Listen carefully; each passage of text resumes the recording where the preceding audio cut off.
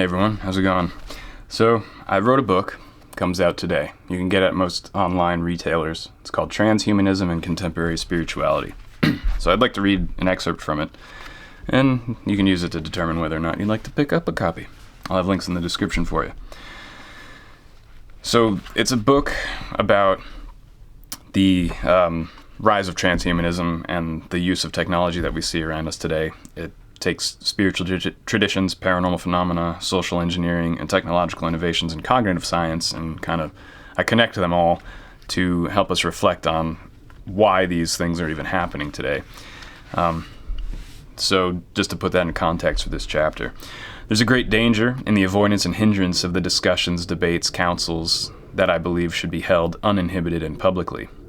The danger is 1,000-fold when these debates and discussions fail to occur during the collapsing stages of a civilization such as ours. If you do not believe that our civilization is indeed collapsing, simply look around you, reflect on the last 2,000 years of Western civilization, compare it to the historical records of other collapsed civilizations, and recognize the inherent patterns. Thinkers such as Julius Evola and Oswald Spengler have sufficiently explained and proven this fact, but I do not blame you if it is difficult to recognize. When one civilization is collapsing, an event that can take up to 5 centuries, another civilization can oftentimes be born from within the dying one, and it is possible that no one will notice that their culture and society has died until they have been firmly established in the new one for a few centuries. One day they will open their eyes and realize that the values and attitudes of their ancestors are no longer held or enacted by the current generation.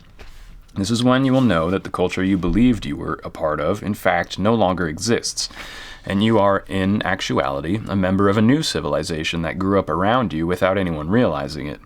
For example, how many people live their lives according to a code of chivalry and knightly conduct? How many people live by the virtues of chastity and fidelity? How many people live by faith and modesty?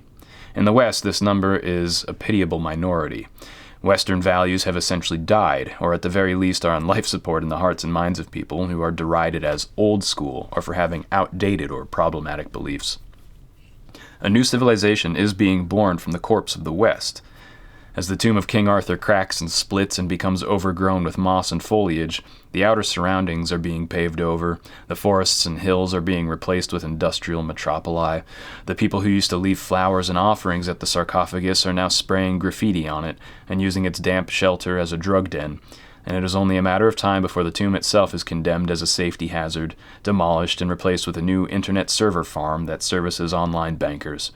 A reincarnation of Galahad, who feels the urge in his soul for authenticity and chivalric heroism, approaches the corporate server farm and loudly bemoans the end of the golden age of the Round Table. Weeping on a piss and oil-stained sidewalk, shouting at clouds that he can find no Grail Knights to accompany him on his quest for enlightenment and spiritual power, as onlookers record the troubled man with their cell phones and post mocking commentary about him on social media until the police show up, subdue him, and send him to a psychiatric institution. So goes the last Westerner. Thus ends the West. And no one notices, no one cares. They still have full refrigerators, the electricity in their homes still works, they're still employed, they're distracted by their internet connections and entertainments, they're going out on dates this weekend, they're graduating from school next month. No one sees what has died. No one sees what has been born. It happened too slowly and surreptitiously. There's no great cataclysm, no moment of great import. One culture simply petered out and morphed into another. One value was forgotten and replaced by a new value. One custom was abandoned and replaced by a new custom. This process went on slowly over many generations, one value at a time, one custom at a time, until there were no more values or customs from the original West left in anyone's heart or mind. There are only the new values and the new customs which belong to a new culture, a new civilization. How did this new culture and civilization come to be? Where does its impulse originate? Why did it happen almost unconsciously on the part of the masses? The decomposition of one form of life is the crucible for another. There is more diversity of life inside a trunk of a dead tree than there was within the living tree. Though the diverse forms that churn within the dead wood seem grotesque to our delicate modern sense of aesthetics, without them the soil would be deprived of essential nutrients and fertilizer, and no new plants would grow. This is the material manifestation of the alchemical process of putrefaction. It is a natural and desirable process that occurs at opportune times in a holistic ecosystem. However, on rare occasion, an alien germ may penetrate this churning crucible of new life, and, while its fructifying ability to multiply and spread may not be diminished, the essential quality of this new life may be corrupted. When the birds, animals, insects, and fungi come to take their share of this rich source of biomass and deposit it throughout the forest as their wont, they will not be spreading vitality or reinvigoration, but a disease that may threaten the entirety of the forest itself. This process occurs on social and civilizational scales as well. It is less of a metaphor and more of a precise analogy. As human beings endowed with reason, we have the responsibility to notice and examine all crucibles of putrefaction that appear from time to time in our world. When institutions, be they religious, economic, political, social, or what have you, begin to collapse and corrode, we must be vigilant and notice that it is in fact happening, and instead of sticking our heads in the proverbial sand and ignore it or complain about it, we must proactively guide the process and protect the decomposing matter from toxic germs, and only allow those germs which we believe will be of benefit to the fertilizer that will be made. We must be mindful and properly cultivate and purify such crucibles so that their products are in line with truth and virtue. When a civilization is in a state of decay, new ideas, new political organizations, new cults, new economic systems, new sciences, and such like begin to manifest, generally unseen or unrecognized at first, in the margins and fringes, subterranean, and they are usually despised and ridiculed by the mainstream when they come to the light of day. Most of these new enterprises and phenomena will fizzle out and die like the worthless sloth that they are. However, some of these will become the very foundation of the new civilization that will overthrow the old. As conscious individuals, we had best keep abreast of such developments. The marginalized contents and hard-working microbes in the crucible may be hard at work creating a disease and spreading corruption that is largely unseen and unrecognized, festering under the surface, and when the symptoms become obvious, it may already be too late. Somewhat less than 2,000 years ago, global civilization was largely governed by a form of imperial rationalism and pragmatism with overtones of polytheism. Society was rigid and mysticism was bureaucratized and formalized. In the fringes and margins of this society, a cult was emerging. A cult that glorified martyrdom and poverty. A cult that very publicly raved about the collapse of civilization on an all-consuming scale brought about by supernatural beasts of horrible aspect and tremendous power. A cult that heralded a utopia that would be built especially for them by their new god, which would replace the current degenerate society. A most bizarre and ridiculous belief, to be sure. This cult was suppressed in the extreme, its members being fed to lions for sport, their towns being burned to the ground, and their doctrine and dogma being dissected, ridiculed, and criticized by the greatest scholars and satirists of the time. But these obstinate people failed to recognize the growing popularity of the doctrines and beliefs of this cult, and in their inflexibility and inability to adapt to and recognize this cultural shift, they permeated this cult to infiltrate the very lifeblood of their civilization and all of its institutions. The cult would increase in number and potency quietly, like gangrene in an unsuspecting victim. In no more than 3 centuries, Roman civilization would be usurped and overthrown by the irrational superstitions of the Catholic Church, which would come to dominate the world through fear, violence, coercion, and treachery for nearly 1,500 years. Never underestimate any fringe group who can evoke a mystical devotion from their adherents, no matter how ridiculous, outlandish, or laughable their dogma may seem. One day it may take a few centuries, but one day they may become the very world order that governs our civilization for the foreseeable future. What comes to mind now is a phenomenon that has existed perhaps no earlier than the 1950s, though there were murmurs of its advent in the 1870s. When its first prophets and doctrines appeared. I'm referring to the vexing and embarrassing UFO cults. As laughable and ridiculous as their doctrine and dogma may seem, we would be remiss to ignore this global phenomenon out of hand, for there are within our governments and businesses today influential individuals who are firm, even fanatic believers in Blavatsky's Theosophy, Bailey's Agni Yoga, Rurick's Agartha, Ballard's I Am, Adamski's Space Brothers, Roberts's Seth Material, the Urantria book, Balu's Oaspi, and many other New Age extraterrestrial-themed pseudo-religions. There are numberless UFO and New Age cults throughout the world, all with their own leaders, mediums, channelers, and prophets.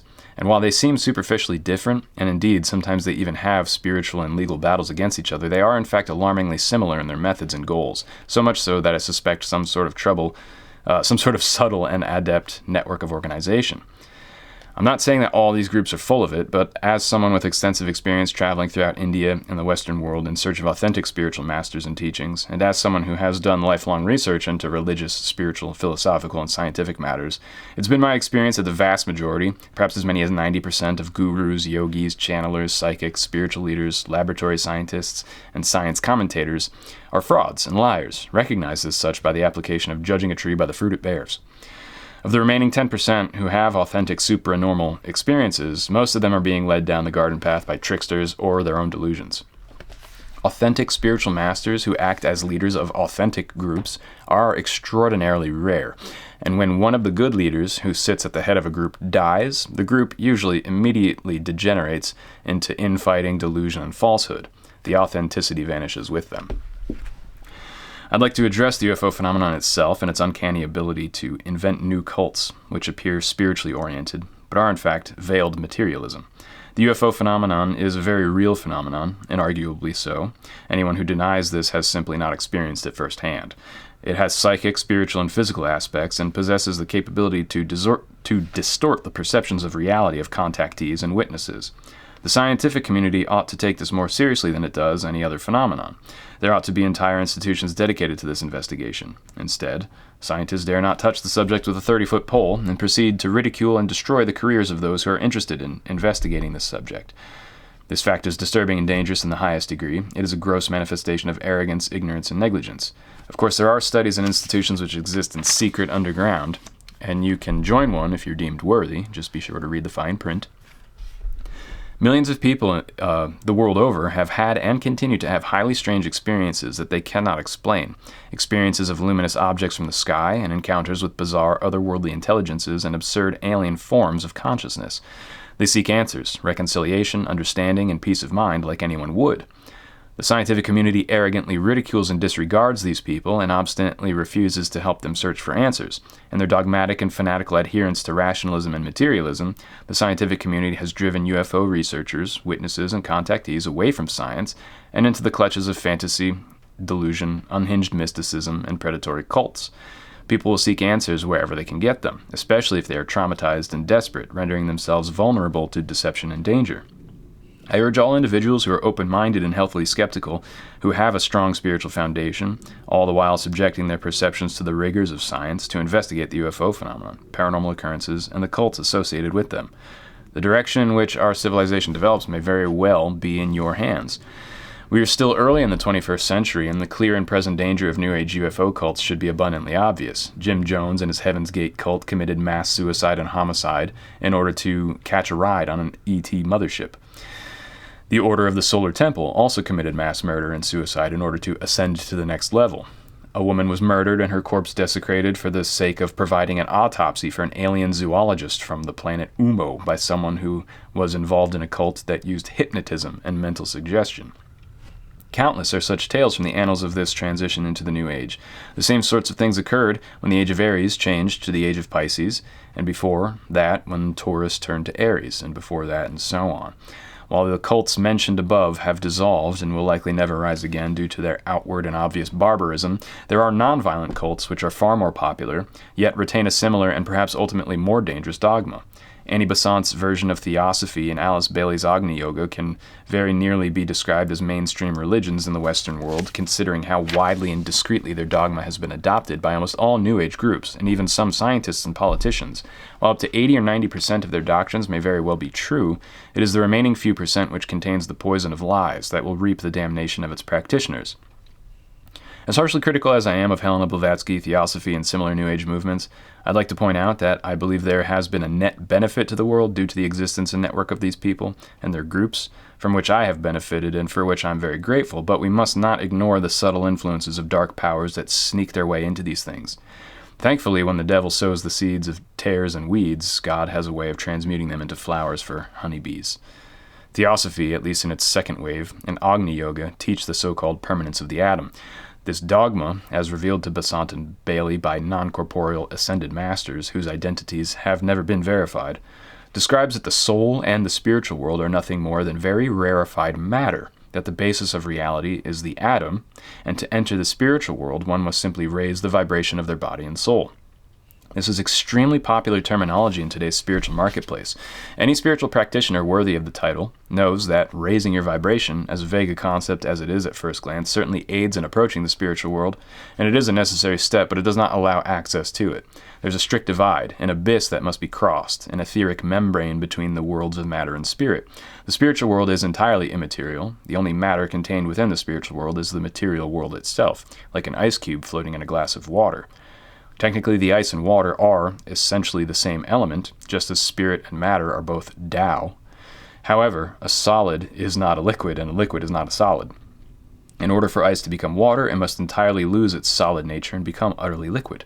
Ice is not permanent. It becomes the liquid. An atom is not permanent. It becomes the spirit. This insidious little bit of doctrine has the potential to deceive and derail honest spiritual seekers.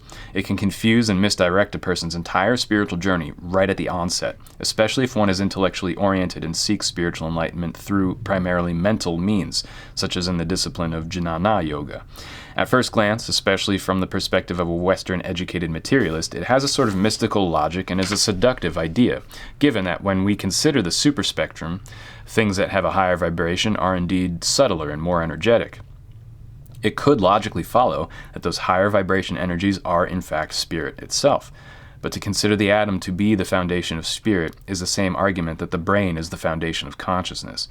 This way of thinking will cause spiritual development to come to a screeching halt. It may even change a spiritual seeker into a materialist without their realizing it, which I believe, in my paranoid little mind, was the goal of these so-called ascended masters all along. I think they were deliberately attempting to subvert and undermine Western civilization by implanting these ideas and lead it into a political disadvantage in the realm of geopolitics by demoralizing and misleading the spiritual practitioners and bright minds of the West.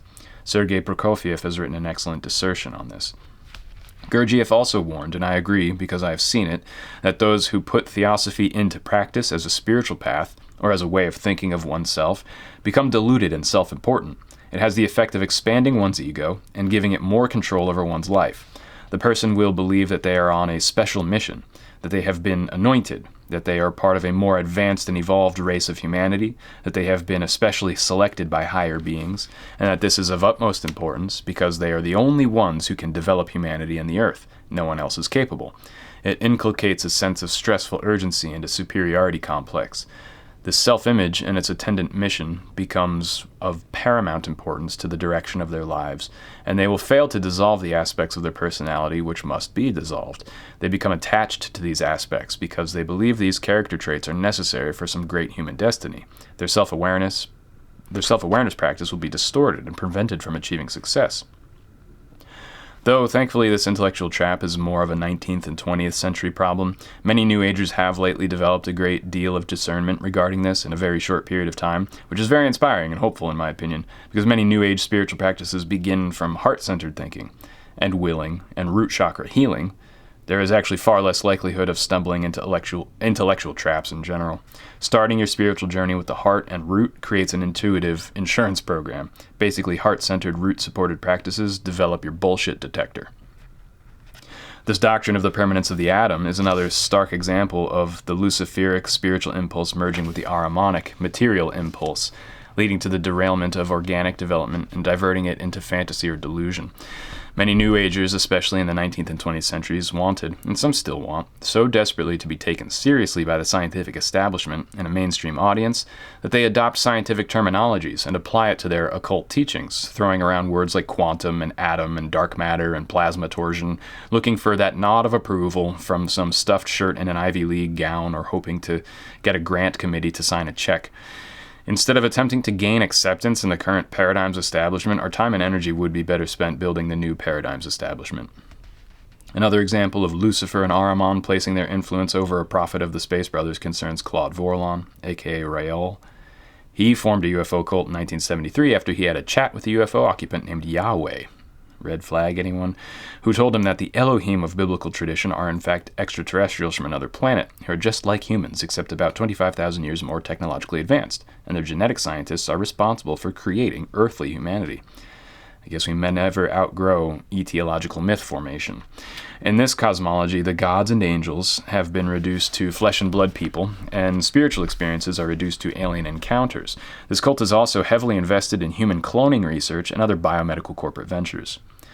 This brings me to an issue that seems prevalent in many New Age cults. there seems to be a great interest in eugenics and totalitarianism hidden within some of the New Age movement. Many New Agers would vehemently deny any accusations of superiority complexes in one breath.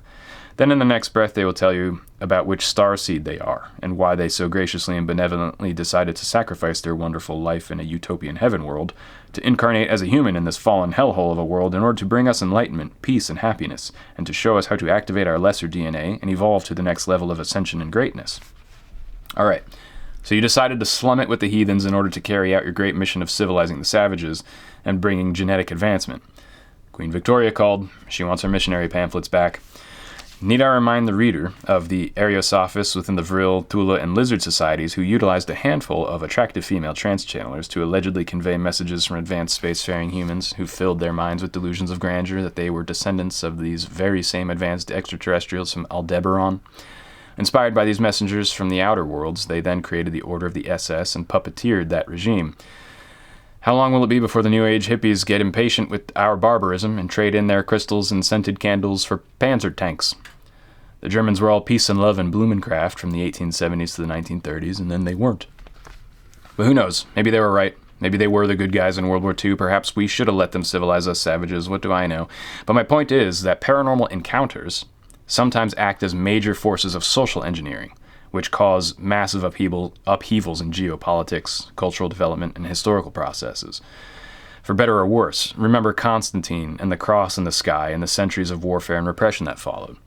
So, whether or not you believe it doesn't matter who you believe who the good guys were in World War II, a lot of it was caused by paranormal social engineering. Perhaps you think I'm being alarmist, but all it took was a dozen well-placed members of a secret society to hijack a cultural revival movement and change it into a machine of war. If you've ever wondered why intelligence agencies and secret societies, both private and governmental, infiltrate New Age groups, this is why. Some wish to prevent a new Hitler, some wish to create one.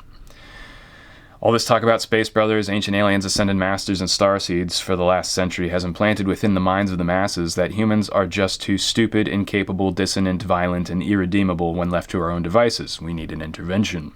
If you peruse the internet, social media, blogs, discussion fora, or news websites, you will find the sentiment everywhere coming out of the mouths of the elite think tanks, celebrity personalities, and common folk alike that we need benevolent aliens to invade and take responsibility for us. That we need to give away all of our sovereignty to some foreign beings because they must be smarter and wiser and better than us in every way. We need to take power out of our own hands and put it in the hands of some all-wise space aliens. This is a mental and cultural implantation that was put here by the UFO cults of the 20th century and their intelligence agency handlers. Or are they the ones who were handling the intelligence agents? Chickens and eggs. Where once this was merely the strange messianic ramblings of fringe personalities whose ranting and raving was largely ignored during the Eisenhower administration, now has taken root in the hearts of common people who may never have even heard of UFO cults. This was the same development of the early Christian movement as it spread, standardized, misrepresented, and abused its own ideology and transformed into the Catholic Church and dominated the world shortly thereafter through violence and oppression. That movement began innocently enough until Emperor Constantine and a couple of think tank meetings set the precedent for wielding the cross like a sword. The same way that the early Christian movement heralded the end of one civilization and the beginning of a new one, and they were correct because they made it happen like a self-fulfilling prophecy, so too is the UFO cult aspect of the New Age movement. How many military officers, politicians, celebrities, corporate board members, church officials, school teachers, and so on profess a belief in space aliens? How many of them believe that these aliens are likely more advanced and wiser and more benevolent than humans? That they must come from some wonderful utopian worlds and have solved all the problems of governance. A few decades ago, this would have been a tiny number, but these people have infiltrated every facet of our society, every institution of our civilization, and today that number is surprisingly large. These true believers are everywhere now. Where once they were proverbially fed to lions, now they are writing our laws and teaching our youth. Where once they were ridiculed and laughed at, now they own the world's most powerful corporations. Imagine another 1,500 years of repression, inquisition, and terror as these believers prepare the world for the coming of their messianic space brothers. The ships are on their way, we promise, any day now. Just do what we tell you, give us all your money and political power, and everything will work out just fine. But they'll only save us if you really, really believe. Now imagine if there actually was some mass UFO phenomenon that occurred all around the world all at once. Perhaps it would be made to look like the second coming of Jesus, or maybe like the arrival of the Space Brothers, or the coming of Kalki Avatar, or perhaps it will look like an enemy flotilla of alien ships invading with weapons in attack position and attempting to conquer us. I would not be surprised if this was the ace up someone's sleeve, just waiting for the world to be primed for a mass illusion. Imagine if the eighth sphere has collected enough matter and energy, and has built up a store of enough power to produce such an illusion on a physical level, perhaps secretly with the help of military officials, technologists, and other true believers who were promised a reward for their help. This is the sort of deception that researchers like Rudolf Steiner and C.G. Harrison warned could potentially happen in this time period if we were unable to develop enough discernment in time.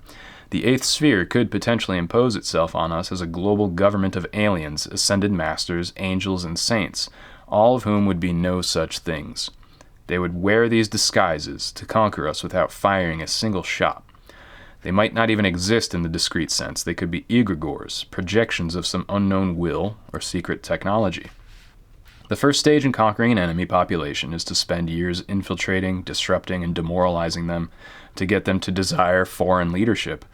Getting a population to hate and doubt themselves, to consider themselves weak and powerless through false spiritual teachings, falsified history, economic sabotage, demoralizing propaganda, and psychological trickery has been a tactic of secret societies and conquerors for thousands of years. I see these same tactics being used against us right now. I do not know exactly by whom, but I can see their activity in the same way I cannot perceive the wind directly, but I know its presence and activity by watching it blow the window curtain. They use everything at their disposal, every institution available to them. They use academia, science, government, business, media, religion, and every other place where people go for community, protection, sustenance, culture, and knowledge. Do you truly believe that the New Age movement has been spared this sort of infiltration and social engineering? I follow Murphy's law of conspiracy. If they can do it, they are doing it. So that was a chapter. That was about 15 pages to 14 pages from a 276-page book. So there's plenty more if you're interested. I'll leave links in the description. It's a book that ties together all sorts of things: paranormal phenomena, social engineering, cognitive science, developments in technology, and how all this plays in. I look at multiple spiritual traditions, and I find threads that explain a lot of the modern condition, and it has some helpful ways of thinking about the modern condition that can bring more willpower and capability to yourself, more spiritual and mental clarity in these trying times we live in. I really wrote it to be like a useful book to help protect against social engineering. So if you're interested in that sort of thing, you can buy it at most major book retailers online, ebook or softcover. So, yeah, thanks for listening. Let me know what you think. Take care.